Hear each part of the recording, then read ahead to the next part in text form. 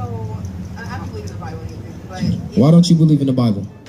I'm gonna let you ask your question. It's written by people, white people and that. But if you believe that the Bible is the inspired word of God? Absolutely. Absolutely. Let me ask you this. How do you reconcile that with the fact that that's what they use to keep us in slavery? They give you a white Jesus who's going to save you, and they're reading out of the same book. Like, how can you reconcile it? Because what they told us about the Bible does not coincide with the Bible itself. Yes, they gave us this guy right here. That's why we have horns on him with the 666. All right, and he's a goddamn devil. But somebody give me Revelations 1 and 3. Is this accurate with the Bible? If they gave us the Bible, then why is not the description of him like that? No. But wait. Where's your proof of that? Wait, did a white man tell you that? Yeah. So I. No. So, give me that in Acts the 13th chapter. See, you want to take Christianity and organized religion, and you want to connect it with the Bible. The Bible is not connected at all. It's not connected at all. This is the book of history, prophecy, law, statutes, and commandments. There's no religion in here, huh? Many men wrote it. Before you came up, I was breaking down what the word Bible means. All right, it's a Latin word meaning biblios, which means a collection of records. This is nothing but a history book. It's nothing but a history book that they have hundreds of years ago. They gathered all of the records and they put it together and they organized it to put it together. Or what they say, codified it. All right? You said revised and rewritten? According to what? Well, the thing is, the reason it's called a King James Bible is because he authorized the translation from the Hebrew, Greek, and Latin into the English. He didn't write it or rewrite it. That's what I'm saying. He didn't rewrite it. So the thing is, the thing is this: if there was any discrepancy, we would have to go back into the original language, which we do. We go back into the Greek, we go back into the Latin, we go back into the Hebrew, and we compare and contrast to see where there's any type of discrepancies or anything. Now the thing is this: this is what it really boils down to. Give me Revelations 1 and 13, and then I'm going to further prove how the white man didn't give us his book. Because if he did, he wouldn't put half of the stuff in here that's in there. God. Go ahead. Bring it out. This is either read or you want straight to the point. I want straight to the point. Go ahead. Book of Revelations, chapter 1, verse 13. And in the midst of the 7 candlesticks, one like unto the Son of Man. Which we know is speaking about who the world called Jesus Christ. Read. Clothed with a garment down to the foot, and girt about the paps with a golden girdle. His head and his hairs were white like wool. Does this man have white woolly hair? Or woolly hair? Does he have woolly hair? It's stringy hair like a dog. White people hair. Read. As white as snow. Is it white as snow? Strike 2. Go ahead. And his eyes were as the flame of fire. And his feet like unto fine brass, as if they burned in a furnace. You know anybody whose feet is darker than the rest of their body? Sometimes your feet get lighter than the rest of your body because it's not exposed to the sun. But you know anybody whose feet is darker than the rest of their body? No. If your feet is one color, the rest of your body is going to be a similar color. Is this man right here's color anywhere close to brass that's been burned in a furnace? Strike 3. You're out. He's out of there. So we know this guy is not in the Bible. So if they gave us the Bible alongside with this, then why don't this coincide with the Bible?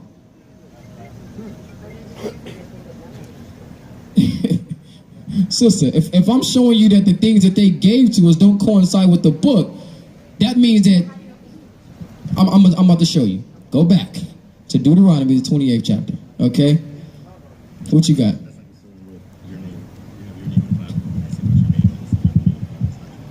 Right. But this is the thing. I want to show you the legitimacy of the Bible. All right, pursuant to the prophecies that the Bible brings out and speaks about.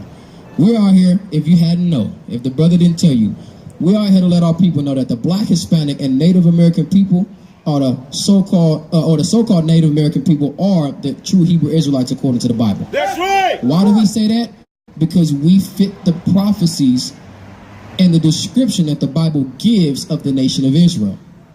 So we know, or I would hope that we know, how the so-called Negroes got over here to the Americas. How did we get over here to the Americas? Slave ships, right? So if I can go into the Bible and show you that a people was going to be brought into captivity on slave ships, does that resonate at all with prophecy being fulfilled? I thought those were like current events when they were happening then. Like I thought that was God speaking directly to Israel. He was speaking. He was, So but it was a prophecy. It was a prophecy. So you got to understand, the Lord brought the nation of Israel out of Egypt, and how did they get out of Egypt? They walked out. And what did they do? They walked through the wilderness, and then they walked into the land of Israel. So why would they need a ship to go back into Egypt? There's no water separating it. So we understand these are prophecy. These are things that are saying it's going to happen, which we're going to show you. Bring it out. Deuteronomy 28, verse 15. Go ahead. This is Deuteronomy 28:15. But it shall come to pass, if thou wilt not hearken unto the voice of the Lord thy God, to observe to do all his commandments and his statutes, which I command thee this day, that all these curses shall come upon thee and overtake thee. That all these curses what? Shall come upon Shall come upon thee. Speaking about it's contingent upon us not following the law, statutes, and commandments. What happened? We didn't follow the law, statutes, and commandments. So these are why the things happen to us. Now, could you name me any other nation that went into slavery on slave ships and was sold onto their enemies for bondmen and bondwomen and to never be redeemed? Never happened. I've been in this thing about 6-7 years. I'm still waiting on somebody to show me. All right, it's never happened. This is why we can understand. This is a history book. I can understand your issue with Christianity. I can understand your issue with Islam. I can understand your issue with Catholicism. That has absolutely nothing to do with the Bible. Again, Acts 13:1. Bring it out. Finish that. Go to verse 68. I want to show you the prophecy. You go to 68. This is Deuteronomy 28:68. And the Lord shall bring thee into Egypt again with ships. Egypt again with ships. Again, the same thing I was telling these brothers. You've seen Friday before, right? So we understand that if somebody tells you, you got any kids? You got kids. You tell your kids, hey, you don't let nobody bully you. You better not let that little boy debo you. You know what I'm talking about. If I say that to you, the same way that the Israelites knew exactly what Moses was talking about when he gave them this prophecy. You see what I'm saying? I'm going to take you back into slavery. It's not talking about a literal Egypt. It's talking about slavery. Revelation 11:8. Go ahead. It says, by the way whereof I spake unto thee, thou shalt see it no more again. Because the Lord had already told Israel in Deuteronomy 16th chapter that we wouldn't see Egypt again. So we also know from there it's talking about another Egypt. Also, like I told you earlier, there's no body of water separating Israel from Egypt. It's a euphemism. Go ahead. Or a metaphor. Read. It says, and there you shall be sold unto your enemies for bondmen and bondwomen, and no man shall buy you. Again, that word buy, etymologically meaning to redeem. We're still in a place of our captors, in the place that we were brought to on slave ships. All right? We don't know where we come from. We were taken, they tell us the continent we were taken from, not the countries. And then they'll give us a region or a portion of the continent, West Africa or Central Africa, and it's still many different countries that we have to choose from. And then subsidiary tribes within those countries that we still know nothing about. So we're just completely lost. We're the only people that don't know where we come from. Give me the book of Jeremiah, chapter 17, verse 4. Go ahead.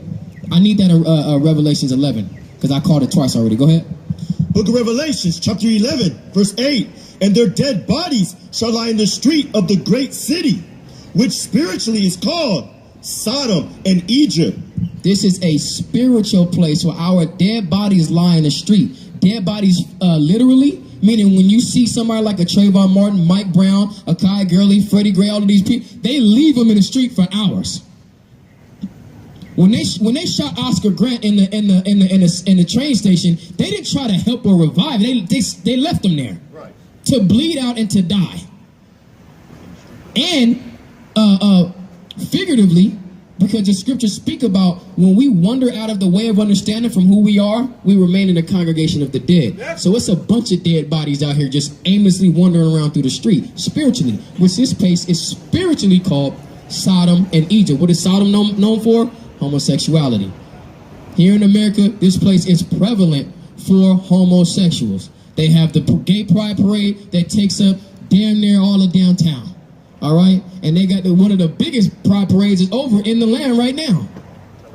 Tel Aviv. Over in our land, one of the biggest homosexual parades. So this is how they defile us as a people, and they just destroy us. All right.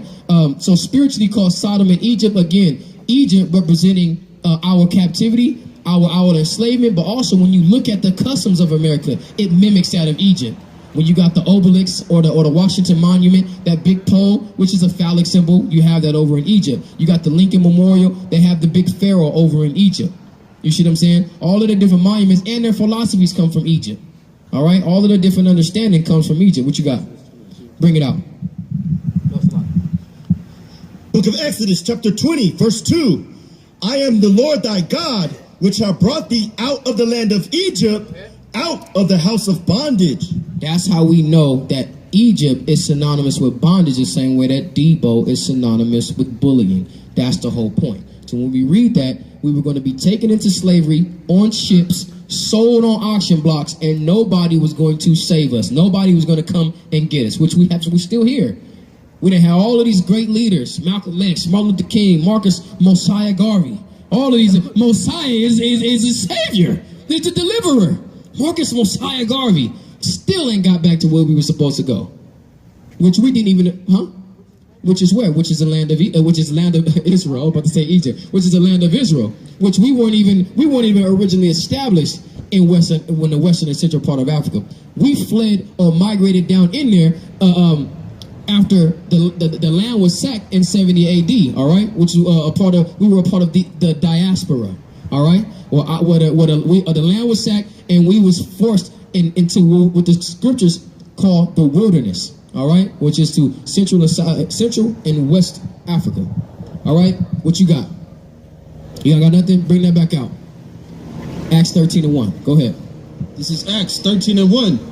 Now there were in the church that was in Antioch certain prophets and teachers, as Barnabas and Simeon, that was called Nigger. Read that again. Acts 13:1. Now there were in the church that was at Antioch certain prophets and teachers. In Antioch, the church in Antioch, where the prophets and the teachers were. You're not going to find no prophet or teacher in the scripture that's not an Israelite. All right?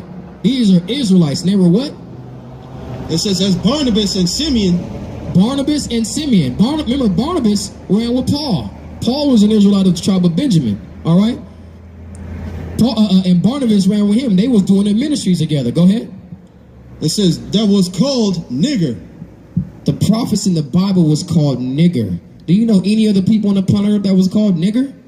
Other than the so-called Negroes here in the Americas? You mean to tell me this ain't our history book, sister? This ain't our history book, sister?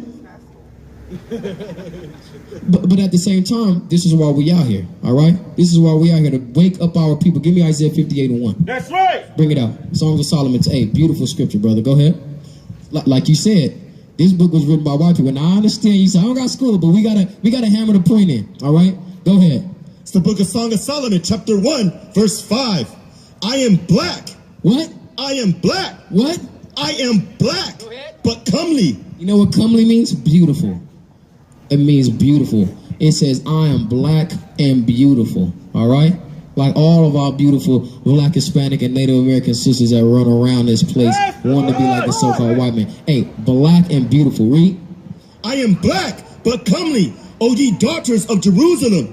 And that's what he was speaking about, the daughters of Jerusalem. Israel. Read. As the tents of Kedar. When you go into the Hebrew, the word Kedar literally means dark skin. Literally.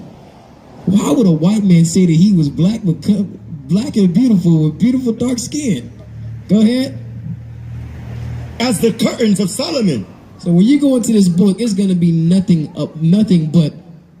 going to speak of nothing but black revolution, all right, and black liberation, okay, and the recompense of the white man. Right. Okay, as we just you was here when we read Revelations 13, 9, and 10. We didn't even get to Isaiah 14 and 1 yet. All right, go ahead. Verse 6, look not upon me because I am black. Go ahead. Why not look upon me because I'm black? Read. Look not upon me because I am black, because the sun have looked upon me. What enriches our melanin in our skin? The sun. Come on. The white man is not black from the sun. He's orange from the sun. That's right. He's the real colored man on the earth. Go ahead. The cancer of the earth. Read. The sun have looked upon me. My mother's children were angry with me. They made me the keeper of the vineyards, but my own vineyard have I not kept. But my own vineyard have we not kept. Why? Because we are not keeping each other. All right? Am I my brother's keeper, brother? Right here in the hoodie. Are you your brother's keeper? That's the mentality that we gotta have. And you gotta be your sister's keeper. And how we are sister's keeper? Give me Isaiah 58 and 1. Who got that? I need Isaiah 58 and 1. Bring it out. It's Isaiah 58, 1. Cry aloud. Scripture says, cry aloud. Read. Spare not. Spare not. We are not going to spare anyone, especially of our own people. Nobody gets spared. We're going to give you the harsh truth. Read. Damn. Hit it on off real quick. Go ahead. Lift up thy voice like a trumpet. Scripture tells us to lift up our voices like a trumpet. You know what? I'm just sorry, bro. You already know it's going to go right back out. The scripture tells us to lift up our voices like a trumpet. Right. We didn't always have an amplifier like that. Go ahead. And show my people their transgressions. We are out here to show our people their transgressions. In Leviticus 19 and 17. Go ahead. We are here to show our people their transgressions. Why? Because if I'm going to show you your transgression, I'm going to show you the correct way. All right? Our people need correction, the Black, Hispanic, Native Americans. Read. And the house of Jacob their sins. Everybody their sins? And the house of Jacob their sins. We are out here to speak unto the house of Jacob, the nation of Israel, which is Black, Hispanic, and Native American. Right. That's the history and prophecy of the scripture. This is our history book. Now, you know what's funny? Because now I can actually, what you got something? Jeremiah 17 and 4, bring it out. What you got? Bring it out first, and you can get that. Go ahead. Book of Leviticus, chapter 19, verse 17. Thou shalt not hate thy brother in thine heart. So, of course, we're not commanded to hate our brother. We're not commanded to hate our brother. But how do we hate our brother? Read. Thou shalt in any wise rebuke thy neighbor. We have to rebuke our neighbor. If we do not rebuke our neighbor or try to correct him from his wicked way, then it is us hating our brother. That's right. The hatred that we show to our people. And what's the common statement that's made amongst us? It's not my business, or you don't judge me. You do you, and I'll do me. You see what I'm saying? YOLO, you only live once. Let me just go out here and sow my royal oats and clear off my bucket list. That's the issue with our people. Right. Go ahead. And not suffer sin upon him. You cannot suffer sin upon our people that you hating your brother. Okay? So when we go back, this is the reason that we're out here. Cry aloud to spare nobody, whether they like our rebuke and our correction or not, and to show our people their transgression and the house of Jacob our sins. Right. Because if I show it to you, you are now held accountable, and now hopefully through the Spirit and power of the Most High God, you can correct yourself and come out of that wicked way. Give me Ezekiel 3. Because a lot of our people don't realize this as well. All right, and this is for you too, sister. So now you didn't heard it. So now you got to take the same thing, and you got to come back into these laws, take the commandments, and what else you got to do? You got to start to correct others as well. Give me Ezekiel 3 and 17. God. What you got? You got a precept? So okay, Hebrews 5, and I need that in Jeremiah 17. Go ahead. Book of Ezekiel, chapter 3, verse 17. Son of man, I have made thee a watchman unto the house of Israel. Everybody that's out here right now that came out here to listen to us, y'all listening to and watching the watchmen of the Most High God. Right. He has set us up to come out here and declare judgment to this nation that we have been forcibly put under, all right? And to bring judgment or to declare the judgment that the Most High is going to bring upon our people if they do not correct themselves and get right. Go ahead. Right. That's right. Therefore, hear the word at my mouth. We're going to hear the word at our mouth. We got to come out here and speak, thus saith the Lord. Not what's off our own hearts and in our own mind, but what the Most High has to say. Go ahead. Right. And give them warning from me. And we have to give you guys warning. All right? Because there is danger that's coming to the nation of Israel. All right? And unfortunately, it's coming from the Most High God upon the wicked people of our nation. Right. So again, out of the love that we have for you, brothers and sisters, We don't want to suffer sin upon you, and we will hope that brothers and sisters get a ticket to avoid the destruction that's coming to this place, man. All right, that's what we want for you. Go ahead. Come. Keep going. Verse 18. When I say unto the wicked, Go ahead. thou shalt surely The die, Most High has told the wicked man he is surely going to die. Read. and thou givest him not warning, And if we do not warn him, read.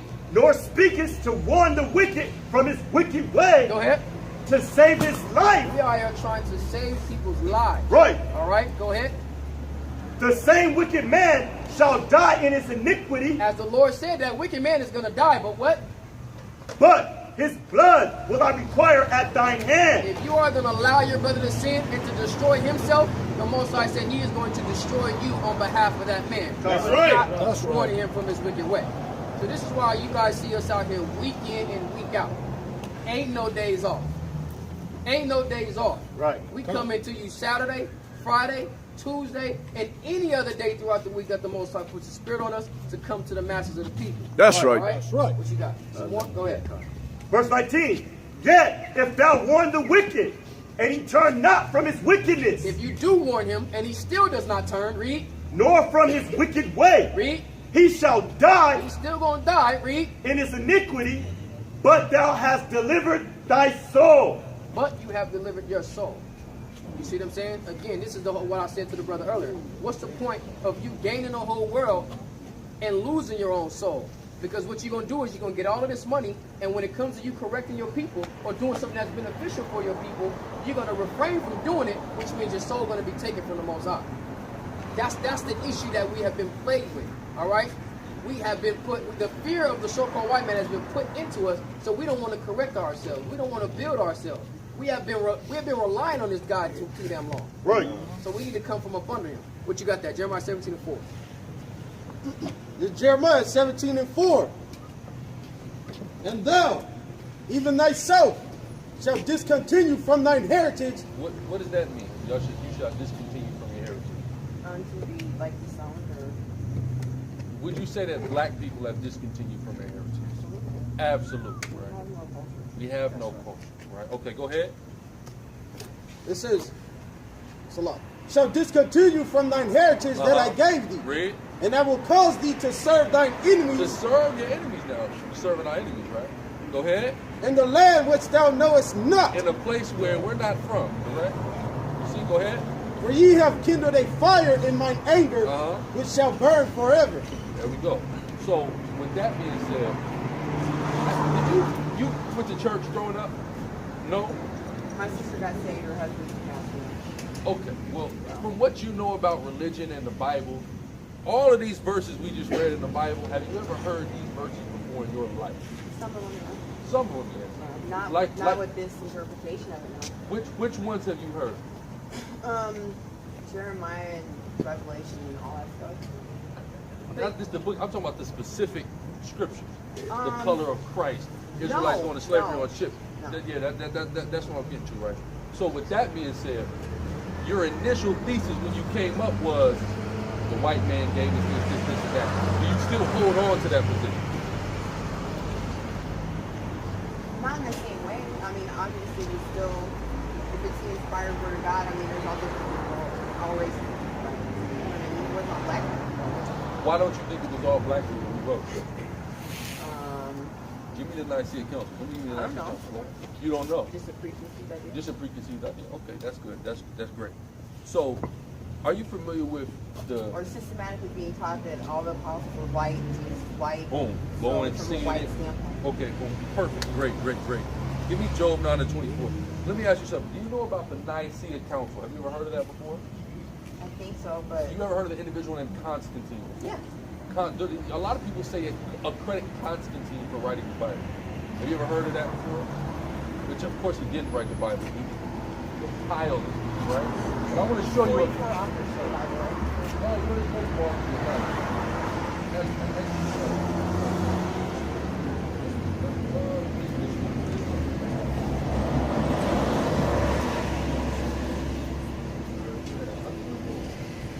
No, that one right there. Okay. There we go. This is what I need. So I'm going to show you a picture of the Nicaea Council with Constantine. You see that picture? You see the ancient painting. Are there any white people in that room? No. That look like it, right? Okay. Yeah, right? So, as we can see, those people who were involved in the earliest cultivation of the Bible were black people. We go into the Bible, we read verses about skin color, description, and all these various Why things. am I never reading that stuff? Because you weren't ever given the I Bible. mean, I definitely know about him having bronze skin and Because you've green hair, heard it, but right? I've Because you've that, heard it but not- perpetuated, but you ain't never seen Not the other stuff that you're Not saying. the I've other never stuff. heard that. I'm going to show you why. Give me Job 9 and 24. This is Job 9 and 24. Uh-huh. The earth is given into the hand of the wicked. Because with the wicked rule the earth, right? Read on. He covereth the faces of the judges thereof. And he covered the faces of the judges thereof. He painted everybody white. The wicked is the white man. And he covered everybody's faces. Give me, finish that so like it. And then give me Psalms 37 and 35. Go ahead. If not, where and who is he? If he is not the wicked, if the person that did this is not the wicked, and forced us to bow down to this and enslave them, if that's not the wicked, then who is the wicked? That's the question. It's a rhetorical question, right? Give me that in the book of Psalms. This is Psalms 37 and 35. Read. I have seen the wicked in great power. In great power. Would you say that the Caucasian race is in great power in the whole earth, right? Go ahead. And spreading himself like a green bay tree. And he spread himself all over the world like one of them trees, right? Right, the manifest destiny. I can go into your country and I can make it my country and I can make it my language and follow my religion. So this is what happened. It's all a part of biblical prophecy. So white people are evil? I mean, can you come to that conclusion reasonably within yourself that white people Oh, are of course. But I mean, aren't we called to forgive people and, you know, like, and tell everybody about the power of redemption? Like, isn't that supposed to be for everybody? Now, who told you that? Did the same person who told you this told you that? No, my black brother-in-law told me all this stuff. But He's the pastor. now, But I'm just saying, who did like, he learn? Did he go to seminary school? Mhm. He learned from these guys, right? Yeah. You see what I'm And saying? he's a total coon, but that's not the point. That's The right. thing is that, like, that's what caught my attention is what you're saying about, like, revenge. And is that what we're supposed to want? Like, am I just supposed to? I don't want Proverbs anything 11. bad, but I mean, I don't want them around me. I mean, I definitely don't think that white people have souls or something. Okay. They're obviously defunct and they're not the same as other people, but what are we supposed to just kill monkeys? I don't know. I don't know. This is great. I'm going to show you. Give me Proverbs 11 and 1.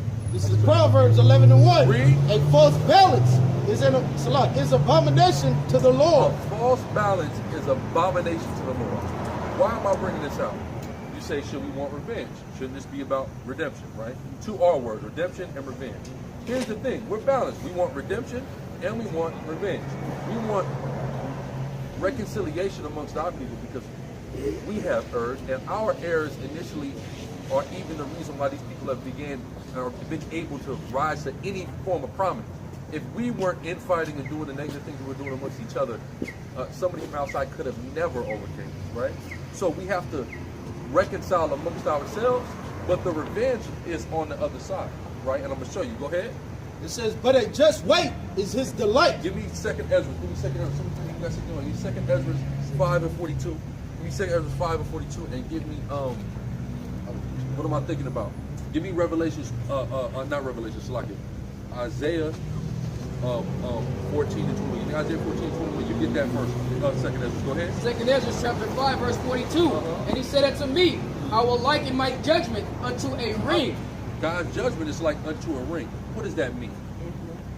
What goes around comes around. You see that? Every time. Like, we say what goes around comes around, or some people attribute it to karma, the East Indian principle. It's right here in the Bible.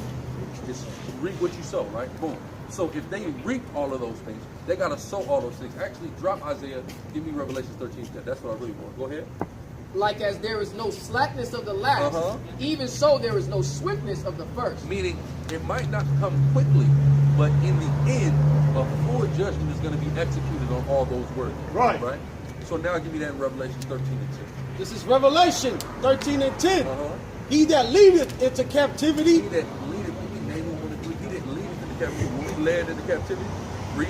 Shall go into captivity. Shall go. If you lead people into captivity, it's judgment upon you to Is this go like into captivity. metaphorical to spiritual bondage, or is this literal? Like People they're now, literally gonna People now exactly. Now we're gonna go to the other verse I was gonna get to show you that it's literal. But finish that first, and then we're gonna go there. Go ahead. We go 14, 1 to 3, and then we're gonna jump to 21. Go ahead. It says, he that killeth with the sword He that kills with the sword, read. must be killed with the sword. Right, are we spiritually killing with the sword, or are we killing with the sword? Right. Go ahead. Here is the patience and the faith of the The saints. patience and the faith of the saints. Who are the saints according to the Bible? The Israelites. See, this is what happened. It's something called replacement theology. So what happens is, in order for Christianity to make sense, they have to replace Israel with the church. Every time it's talking about Israel, they say, yeah, it's the church. We're spiritually Israel, which, of course, is not in the Bible. So it's called replacement theology. So that's what they do. But Israel are the saints. So it says that the saints are patiently waiting to take in captivity their captors and to kill their killers, right? And we're going to show you again in Isaiah 14, 1 to 3 in the scripture 21. Go ahead. This is Isaiah 14 from the top. Uh-huh. For the Lord will have mercy on The Jacob, Lord will have mercy on Jacob, which is Israel, right? Read. and will yet choose Israel, Read on. and set them in their own land. Put them back in their land. Maybe they're not in their land. Maybe the people that are in that land right now are not Israelites, right? Go ahead. And the strangers shall be joined with them, Uh-huh. and they shall cleave to the The house, strangers, meaning the non-Israelites, shall be joined with them. Read. and they shall cleave to the house of Jacob, Read on. and the people shall take them, Uh-huh. and bring them to their place, Uh-huh. Read on. and the house of In Israel the house of Israel, read. shall possess them Possess them, right? Read. in the land of the Lord. So possession, that's if I possess somebody, I own them, right? Read. For- It's going to elaborate. Go ahead. For servants For servants, it's elaborating. These are going to be servants to us. Read. and handmaids, And handmaids Right. to us. Read. and they shall take them captives, And they shall take them captives. Read. whose captives they were, You see that? Ain't no spiritual bondage. You Right. literally have me in slavery. I'm going to literally have you in slavery. Read on. and they shall rule over their oppressors. That's right. And they shall rule over their oppressors. That's powerful. Go ahead. And it shall come to pass, Where you at?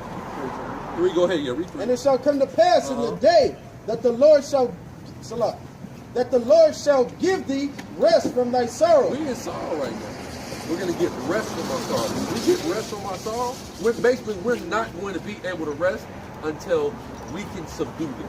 When we subdue them, that's when we're going to have rest. Right. There's not going to be any equality, or there's not going to be any rest that we're going to get as long as we're subjugated to anybody else, right? Read on. And from thy fear, Uh-huh. and from the hard bondage wherein thou wast, Salah, wherein thou wast made to serve. Let's skip to 21. This is a powerful chapter. I want to hit the key points. Go ahead. Verse 21. Uh-huh. Prepare slaughter Prepare slaughter. Read. for his children, For his children. Read. for the iniquity Read. of their fathers. So this is what happens a lot of times, right? I haven't heard you do this, right? But people do this. Well, that wasn't me. I wasn't there. I would have never went for it. First off, you're a damn liar. Everybody went for it. Nobody said anything about it, right? A lot of people credit Abraham Lincoln. You know, Abraham Lincoln He said, said if he didn't have to free a single slave, he wouldn't do it. He he did not wouldn't give do a it. damn about and black he said people. we should never be equal, That right? was a political He made it, right? A political move, power, money, all that, right? Go ahead. That they do not rise, nor possess the land, nor fill the face of this world with cities. For what their ancestors did, they have to pay. You understand what I'm saying? Clear as day, right? What else I had? What else I had you on? I got nothing on the thing. Go ahead, boom. From the Nahum chapter 1 verse 3, Uh-huh. the Lord is slow to anger. See, this is the issue, right? Because we're prisoners of time, right? God is outside of time. We exist within time, He exists outside of time. So because we're prisoners of time, we are impatient. We're looking like man, this has been a long time. See, God is with a short time, right? Go ahead. It says, the Lord is slow to anger Uh-huh. and great in power, Great in power, read. and will not at all acquit the wicked. But He's not going to acquit the wicked. Right. Meaning they're not going to get away. The glove fits, so you can acquit. You see what I'm saying? He will not at all acquit the wicked. And that's the thing that we have to understand. That there's going to be a time where these people are going to get their just due. Period, right? That's right. But what we have to do is we have to, in the meantime, mend the fences between one another. You see what I'm saying? That's what's important. When Christ was on the scene, you know about the gospel and whatnot. When Christ was on the scene, He was teaching a lot of things that go back to even ancient teachings. He taught the same thing that Moses taught. He just used different words to try to make it a little bit more simple for people to understand, because they had such a hard time keeping Moses' law. But that law that we got in Moses was pretty much all we needed. Then we have to hear for 2 commandments. Go ahead, whatever She you asked got. me, she said, You got a water for me?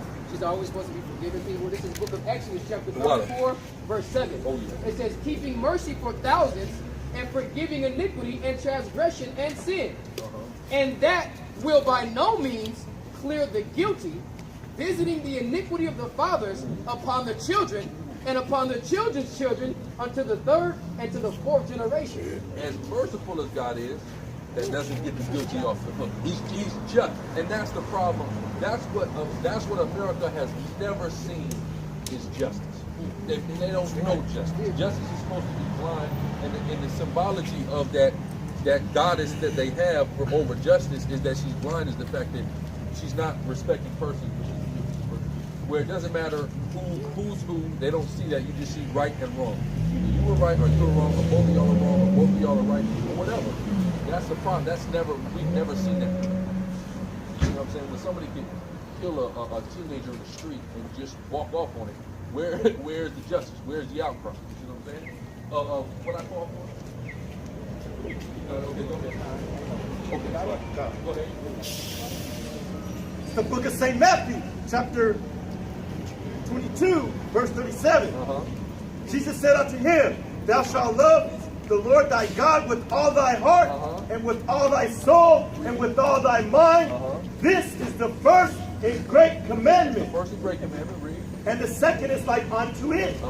Thou shalt love thy neighbor as thyself. This is the 2 commandments we're supposed to follow. And in those 2 commandments is the entire first 5 books of the Bible. The whole lesson, when it tells you not to commit adultery, when it tells you not to steal, it's telling you, when Christ said, do unto others as you do yourself, he's telling you just don't do this to your brother because you wouldn't want anybody to do that. It's painfully simple. But the problem is, we're taught that our neighbor is everybody, right? Go ahead. Leviticus chapter 19, verse 18. Thou shalt not avenge, nor bear any grudge against the children of thy people. The children of thy people, read. But thou shalt love thy neighbor as thyself. Your neighbor is the children of your people. It's qualifying, right? So your neighbor isn't everybody. You see what I'm saying? Everybody isn't your neighbor. Only the children, only your own people are your neighbor. You see what I'm saying? That's the Hebraic concept. Right. But in the church, it's anybody can live next door. Love everybody. That's the pedophile list. When you go on the sex offender list, you find out the guy that lives next to you is the damn sex offender. You're just gonna love this sex offender who shouldn't have ever got released from jail in the first place. You see what I'm saying? But, That's crazy. do you guys believe the concept that all sin is the same? That one's not worse than the other, that God is on the same thing? We're gonna show you. You know why they I don't teach- believe that. No, but you know why they teach us that in the church? To keep us To safe. minimize. To just say, everything you do, it's okay. Just come in here, Ask give us Jesus. some money, ask Jesus. You see that? That's it's not Long-haired logical. hippie is something. The long-haired hippie will come and have a joint with you. And it's just illogical. It's just like we do classes on Friday. So like I was doing last night, I said, people go into their room at night and they have a conversation with themselves and they rationalize how all the wrong they're doing is okay, and they call it praying. But that's not praying at all. You see what I'm saying? That's just you having a conversation with yourself, making an excuse for your bullshit. You see what I'm saying? That's all it is. Right? So go ahead. 1 John chapter 5, verse 16. If any man see his brother sin a sin, which is not unto death, Which is not unto death. You got sins that are punishable by death and sins that aren't punishable by Right. death. Right? Read.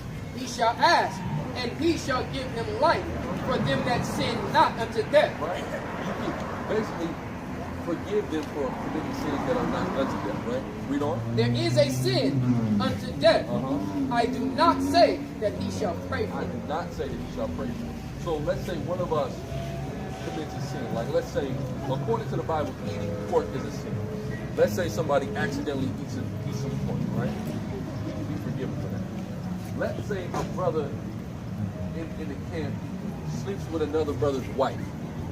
He's out of it. We're done with it. We're not praying for that. Whatever. You see what I'm saying? Because that is a sin. Having sex with somebody else's wife, you die for that. Homosexuality in the Bible, you die for that. You see what I'm saying? All these various things that have what they call a capital punishment in the Bible, that's worthy of that, We're not dealing with that. That's the difference of sin. You see what I'm saying? Certain things are so bad that God says you have to kill the person. And certain sins aren't as bad. So, you know, if somebody repents for it, they can be forgiven. You understand what I'm saying? But even then, you've heard of grace, I'm sure. So we deal with grace. Give me that Romans. Who got Romans for me? Get Romans 3. What is that? That grace may Grace abound? freely given, so that no man may boast. Exactly. There's grace. There's grace, right? Because let's say, well, prior to you walking up here, you weren't privy to any of this information. You see what I'm saying? So you may not be held accountable for the sins that you've done prior into your life. You see what I'm saying? Because you've been led astray. But then once you come to the knowledge, once you know right from wrong according to what the Bible says, from that point forward, you're held accountable, right? Go ahead. This is Romans 6:1. What shall we say then? Shall we continue in sin? In sin. What is sin? It's transgression of the law. It all goes back to the law. Read. That grace may abound? God forbid. God forbid. We have grace, but that doesn't mean we should continue in sin. We stop sinning, right? Read. How shall we that are dead to sin live any longer therein? Exactly. So we have to put the sinful nature off. That doesn't mean that we don't fall. That's why he said if your brother falls, forgive him, but there's still levels to it. There's still a sin there's still sins that are worse and more weighty than something else. You mean to tell me that eating pork is as bad as committing adultery? Let's be honest here. That's what the church will tell you though.